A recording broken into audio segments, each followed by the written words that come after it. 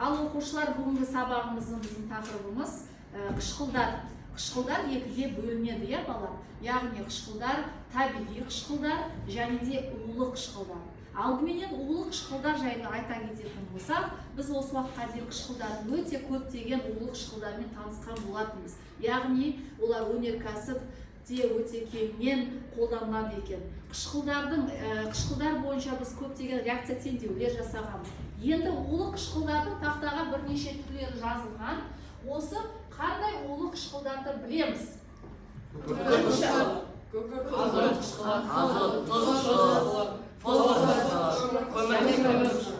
Бұлардың барлығы балалар улы қышқылдарға жатады. Енді табиғи қышқылдарды, қандай табиғи қышқылдарды білеміз? Кім жауап береді? Мақсат? Ең алдымен апельсин қышқылы. Апельсин қышқылы ма? Қандай қышқыл бар? Лимон қышқылы бар. Дұрыс айтасыздар. Тағы да? Алма қышқылы. Алма қышқылы бар екен. Шие. Яғни осы жеміс-жидектерде олардың, яғни қышқыл дәм беретін қышқылдар деп атайды екенде, табиғи қышқылдар деп атаймыз. Енді тақтаға қараймыз. Мына тақтада көрсетілген сурет бар. Қарасаңдар, бұл жерде қандай ненің суретін көріп тұрсыңдар? Сүттің. Яғни сүт, білесіңдер, егер сүтті біз жылы жерге қоятын болсақ, сүт не істеп кетеді? Ашып кетеді. Ашып кетпес үшін біз оны қайға қоямыз? Салқын жерге, жаңағы тоңазытқышқа қоямыз. Ал енді сүт ашқан уақытта сүттен қандай қышқыл түзіледі екен? Сүт қышқылы түзіледі екен. Сүттің ашуынан сүт қышқылы пайда болады. Бұл сүт қышқылы табиғи қышқылдарға жатады. Және де біз оны күнделікті тұрмыста оны көріп жүрміз. Кәдімгі сүт, ашымаған сүт пен ашыған сүттің дәмі қандай болады? Жермен әрине, ашыған сүттің дәмі ащы, қышқыл дәм береді. Оны біз іше алмайды екенбіз. Демек, сүт қышқылы ол да табиғи қышқылдарға жатады.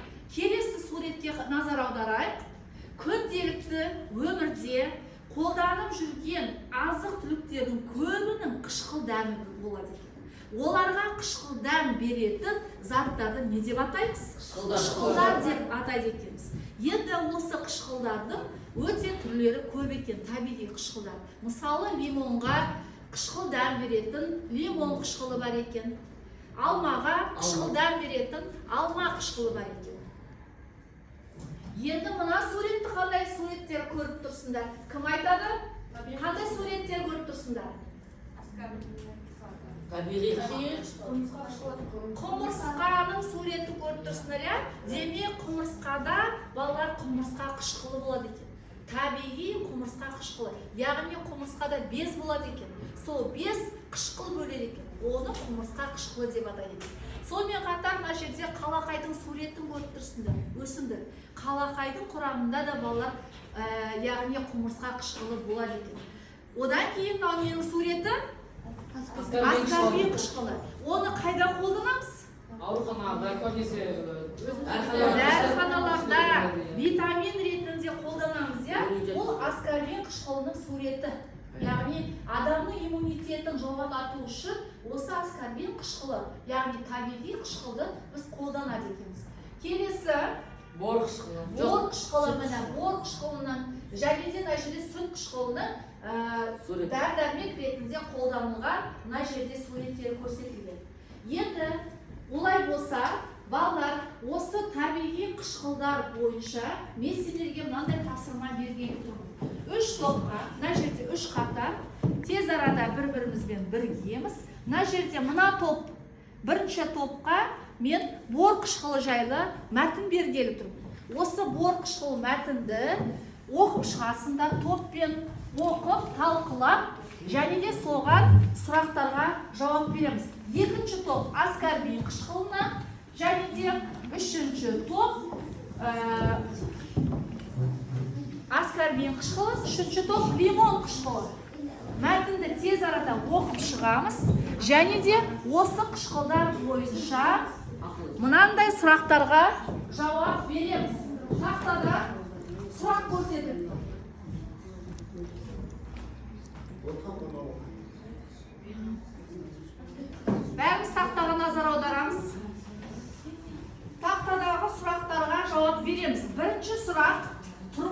қышқылдың қолдану бірнеше салаларын ұсыныңыздар. Берілген мәтін бойынша әр топқа қышқылдардың түрлері берілген. Сол қышқылдардың түрлері бойынша қайда қолданылады бұл қышқылдар? Тұрмыста. Соның салаларын атап шығасыңдар, ұсынасыңдар. Екінші сұрақ, қышқылдардың қасиеттерін ескере отырып, адамның денсаулығына қандай әсері бар? Және өз ұсыныстарыңызды жазыңыздар. Тапсырма 2 минут уақыт беріледі, 2-3 минут уақыт беріледі. Жылдамдатып мәтінді жақсылап оқып шығамыз. Дайын топ, қол көтеріп жауап берсек болады.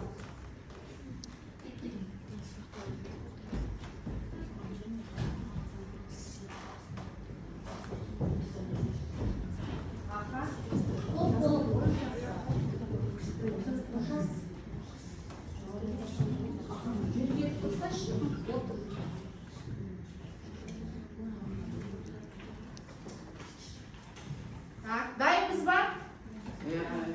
Мақсат, сенің тобың дайын. Бірінші сұрақты оқи ғой. Тұрмыста қышқылды қолдану бірнеше салаларын ұсыныңыздар. Біздің Аскарбин қышқылында тұрмыс яғни үй жайында көбінесе аурулардың алдын алу үшін қолданылып жатады, және де кейбір жарақаттардың немесе тері ауруларына да қолданылса болады. Және де Аскарбин қышқылында ең маңызды бөлетін дәрумен ол С дәрумені. С дәрумені біздің ағзамызға, қан айналым жүйесіне де, терімізге де, немесе кейбір жарақаттарымызға да өте көп пайдасын тигізеді. Сонымен қатар сүйектеріміздің белсенді қатаюына да көп үлесін қосады. Дұрыс. Топ мүшелер тағы қосарларыңыз бар ма? Айта ойыңыздар. Мысалы лимон қышқылын С дәрумені көбінесе сусындарда да пайдаланады. Сусындарда да қолданады, иә? Дұрыс айтасыңдар, айта ғой. Және ол жүкті әйелге қажет болады. Ол бала мен ананың арасындағы мөлшерге қажет. Не мөлшерге? Алмасу процестеріне тағы да. Және де негізінде көбісі оның мысалы косметология қолданады. Және де оны қолдау арқылы негізгі адамның осы терісі жарқын көрінеді. Және де ол әжімдерден Әжімдерге сақ тағы да қайда қолданылады? Және де Аскарбин қышқылы бізге көп жетіспей қалған уақытта бізге ол цинга ауруының дамуына әкеліп соқтығысады. Дұрыс айтасыңдар. Демек, аскарбин ол дегеніміз С витамині, иә? Ол ненің құрамында болады екен жаңағы? Қандай дәрумендер? Жаңағы лимон, тағы да көптеген витамин нелер бар ғой? С витамині бар. Міне солар, яғни әсіресе тағы да адам ауырғанда, иә? Мысалы тұмаумен ауырған кезде біз көбінесе лимон қосып шай ішеміз, иә? Міне демек лимонның құрамында С витамині бар. Ол адамның иммунитетінің жоғарылауына әсер етеді екен. Келесі топ. Бірінші топ бойынша сендерге қай қышқыл берілді? Бізге бор қышқылы түсті. Бор қышқылы. Бор қышқылы бойынша қышқылдардың қасиеттерін ескере отырып, адамның денсаулығына қандай әсері бар? Өз ұсыныстарыңызды айта қойыңыздар. Біз осы мәлімет арқылы бор қышқылының пайдасын білдік, және де ол көбінесе медицинада, үй шаруашылығында, дезинфекцияда қолданылады екен. Ал егер медицинада айта кететін болсақ, бор қышқылы бізде әдетте күнделікті қолданыста қолданылып жүрген антисептиктер жасалынады екен, және де сол антисептиктерді өзіміздің жарамызға, күйген жерімізге себу арқылы оның жазылуына апарады. Дұрыс айтасың. Өте пайдасы бар екен, көрдіңдер ма? Яғни жақпа майларда қолданады екен, иә? Асылбек? Және де Ернұр айта кеткенде дезинфекция туралы, ол дезинфекция яғни үй шаруашылығында немесе бақшаларда болады. Ол сол бақшаларда яғни тарақандарды немесе басқа да жәндіктерді жою үшін пайдаланады. Қажет екен. Дұрыс, Әсел? Бор қышқылын біз медицинада қолданамыз. Мысалы, аурулар мен жаралардың және құлақтағы ауруларға да бактериалды өртеуге көмектеседі. Көмектеседі. Дұрыс айтады. Енді келесі үшінші топқа қандай қышқыл берді? Лимон қышқылы. Тұрмыста қышқылдың қолдану қандай салалары бар? Және адамның денсаулығына қандай әсері бар? Өз ұсыныстарыңызды айта алыңыздар. Мен өзім менің қышқыл жайлы білетінім, яғни ол көбінесе тағамдарда, және мен күнделікті медицинада, косметикада және тағы басқа заттарда кездеседі. Яғни осылай айта кеткенде тағамдарға қолданады дедік. Яғни осы тағамдарға қолданған кезде көп мысалы неше түрлі тағамның дәмін шығарады. Және арнайы консервілердің уақыт мерзімін ұзарта алады. Ұзарталады екен, дұрыс Ал айтасың. енді және жалғастырып кететін болсақ, бұл медицина саласында, яғни медицина саласында ол көбінесе с дәруменмен кездеседі. Ары қарай топ мүшелері. Медицина саласының қышқылы көп қасиеттерге ие. Ол мысалы тұмау ретінде ауырған кезде көмектеседі және антисептик кезінде тері ауруларына көмектеседі. Дұрыс айтасыңдар. Жарайды. Енді балалар, сендерге берілген осы қышқылдар жайлы сендер мәлімет алдыңдар деп ойлаймын. Көп мәлімет алдыңдар, иә. Енді маған мынандай кері байланыс беріп жіберіңіздерші. Бүгінгі сабақта сендерде қандай екі жағдай түсінікті болды? Қандай нәрсені білгілеріңіз келеді? Нені білдіңдер және нені білгілеріңіз келеді? Маған осы бойынша кері байланыс айтып жіберсеңіздер. Қай топ айтады? Бүгінгі сабақта не түсіндіңдер? Және де не алдағы уақытта тағы да не білгілерің келеді? Қышқылдардың пайдасын көп екен. Дұрыс айтасыңдар, қышқылдардың пайдасы көп екен, Ернұр. Мен осы сабақта білгенім, осы үш қышқылдың қандай пайдасы бар екенін, және де білгім келетіндігі, басқа қандай қышқылдардың да пайдасы бар. Дұрыс айтасыңдар. Дұрыс, тағы да қандай топ? Не айтасыздар? Бүгін қандай қышқылдар, табиғи қышқылдың қандай түрлерін білдіңдер? Құмырсқа қышқылының. Құмырсқа қышқыл қайда болады екен? Ол көбінесе қалақай деген жапырақтарда көп кездеседі және құмырсқалардан без бөлінгеннен олардан қышқыл пайда болады.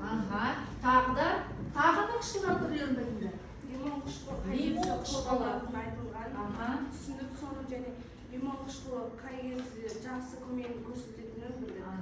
Дұрыс айтасыңдар балалар. Міне, яғни біздің осы табиғатта осындай табиғи қышқылдар бар екен. Және ол табиғи қышқылдардың адамның денсаулығына өте әсері зор екенін білдік, иә?